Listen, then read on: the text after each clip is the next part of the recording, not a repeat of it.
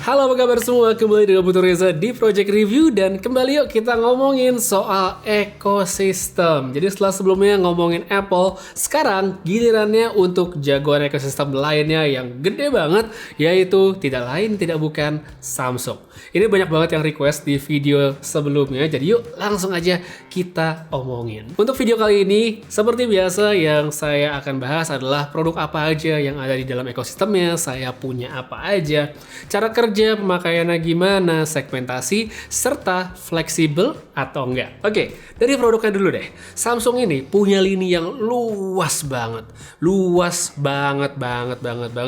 Kalau Apple itu lebih fokus ke perangkat mobile aja, Samsung ini ngelebar sampai perangkat rumah tangga. Jadi nggak cuma handphone, tablet, laptop yang sayangnya belum dijual di Indonesia, tapi ada kulkas, TV, AC, air purifier, vakum, dan lain-lainnya. Pokoknya banyak banget. Untuk yang saya punya dan pakai itu juga ya lumayan banyak.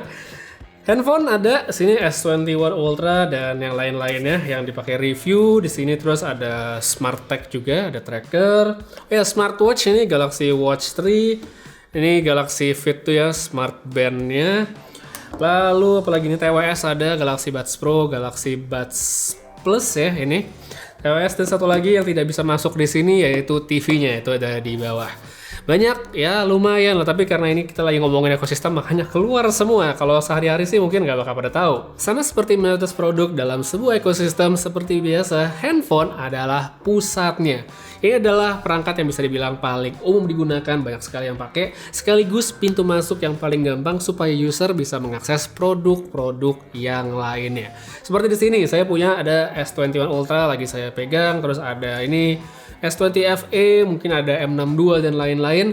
Mereka kalau dilihat punya segmentasi dan harga yang berbeda, tapi posisinya dalam ekosistem tetap sama, yaitu sebagai pusatnya. Selain itu, untuk produk lainnya, Samsung juga punya segmentasi yang begitu beragam. Mulai dari murah sampai mahal, tapi di luar soal harga, semua itu bisa saling terhubung dengan baik. Jadi nggak harus pakai yang termahal atau yang terbaru untuk bisa masuk ke ekosistemnya. Sekarang saya mau sedikit sharing aja pengalaman dari pemakaian. Ini agak panjang, jadi kalau kamu mau lompat ke bagian tertentu ada timestamp di bagian bawah.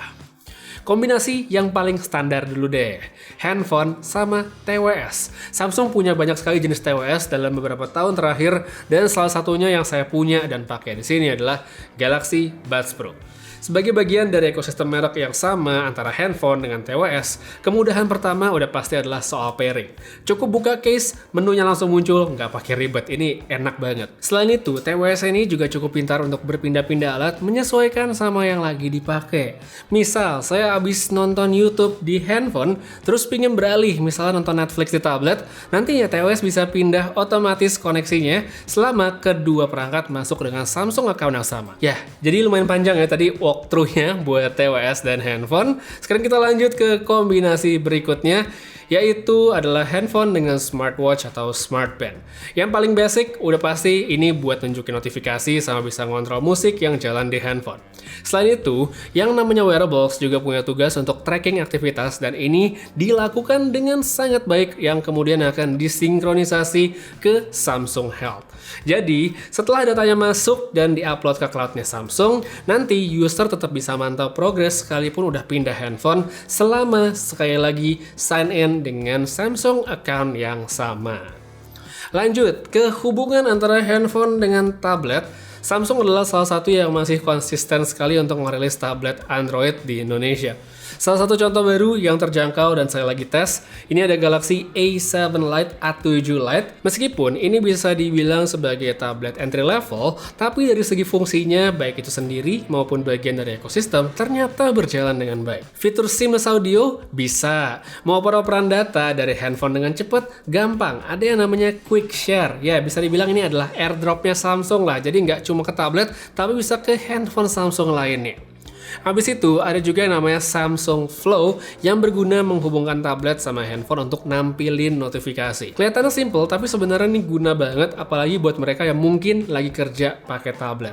Untuk contoh, setelah kedua perangkatnya sinkronisasi satu sama lain, saya yang lagi pakai tablet, misal ada chat di WhatsApp handphone atau DM Instagram, notifikasinya tuh bakal muncul di tablet dan saya sebagai user nggak cuma bisa lihat, tapi bisa bales juga. Guna banget kan, biar kita cukup fokus fokus ke satu perangkat aja.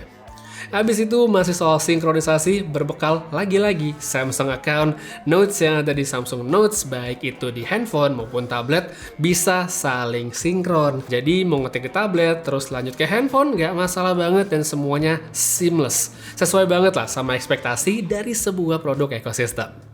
Dan untuk closing sharing pengalaman dan fungsi yang sekaligus menurut saya paling oke, itu adalah pengalaman dengan TV-nya. TV Samsung terhubung ke handphone itu lewat aplikasi yang namanya SmartThings yang bisa dikatakan kayak aplikasi pusatnya. Semua produk yang ada di bawah satu Samsung account yang sama itu bakal masuk di sini termasuk tracker kayak SmartTag. Fungsi standar tapi guna banget udah pasti untuk jadi remote cadangan, jadi nggak perlu pusing kalau misalnya keselip. Tapi sestandar-standarnya fungsi remote ini juga lengkap karena ada tombol play and pause, ada tombol nomor buat channel sama trackpad buat geser-geser, jadi bisa disesuaikan sama TV yang lagi dipakai.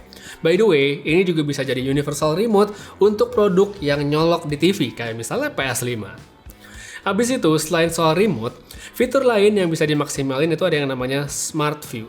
Sebenarnya ini kayak screen mirroring aja sih, tapi dipoles sama Samsung. Integrasi terbaik kalau menurut saya itu ada di Samsung Health. Jadi buat yang mungkin belum tahu, Samsung Health ini isinya bukan cuma hasil sinkronisasi data olahraga aja, tapi ada programnya juga yang bisa di-download. Nah, setelah di-download, videonya ini bisa dioper ke layar TV, dan kalau kebetulan kita lagi pakai wearable Samsung, nanti di layar juga bakal muncul tuh angka dari sensor detak jantungnya.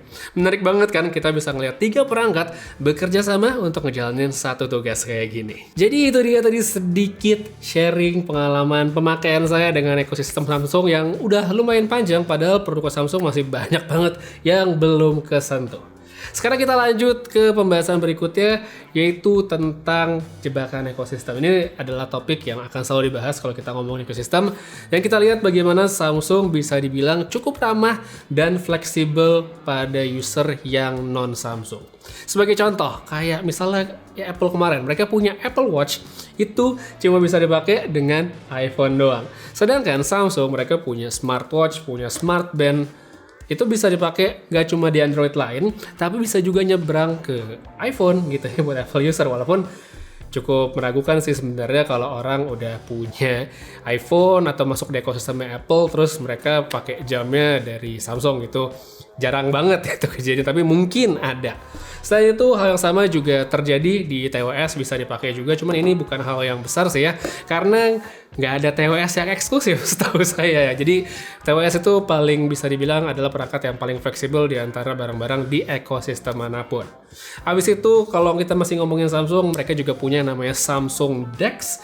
Ya, DeX ini program yang bisa dipakai di Windows, tapi nggak cuma itu, user yang pakai MacBook juga bisa menggunakannya. Cuma ya balik lagi, jika orang udah pakai MacBook, kayaknya kecil kemungkinan handphone utama mereka itu menggunakan Samsung. Mungkin ada, tapi yaitu dia nggak banyak. Cuma di luar itu semua bisa dilihat di sini bahwa Samsung mencoba menjadi fleksibel untuk lebih banyak user. Palingan kalau ada satu perangkat dari Samsung yang tidak bisa digunakan di perangkat lain non-Samsung, yaitu di palingan ini doang, yaitu Samsung Galaxy Smart Tag. Ya ini hanya bisa digunakan di perangkat Samsung doang, tapi kalau menurut saya wajar karena ini adalah ibaratnya apa ya, jenis produk baru ya, belum banyak. Teknologinya mungkin masih terbatas, jadi masih perlu penyempurnaan supaya bisa dipakai di handphone lain. Overall, jadi sebagai seseorang yang memang menggunakan ekosistemnya Samsung, kalau menurut saya, ini adalah ekosistem yang oke sekali. Jumlah produknya banyak, terus seamless-nya juga dapat, plus barang-barangnya pun fleksibel karena nggak hanya terpatok bisa digunakan ke Samsung aja. Tapi ya perlu diingat juga kalau dipakai ke produk non Samsung, pastinya ada fungsi yang dikurang-kurangin. Tapi menurut saya wajar, namanya juga ya jualan gitu kan, pasti ada yang diunggulkan kalau kita hidup dalam satu ekosistem yang sama. Nah, kalau menurut kamu gimana? Ada yang sudah atau masuk di ekosistem Samsung? Menurut kamu gimana performanya? Oke atau enggak? Tulisin aja pengalaman atau cerita kamu pada kolom komentar yang ada di bawah. Untuk sekarang kayak sekian dulu aja. Terima kasih banyak udah nonton sampai habis. Dan untuk video berikutnya kalau ngebahas ekosistem, kamu pingin denger dari merek yang mana lagi? Tulisin juga ya pada kolom komentar di bawah. Putri Sababit, sampai ketemu lagi di video berikutnya. Jaga kesehatan selalu dan seperti biasa, have a nice day.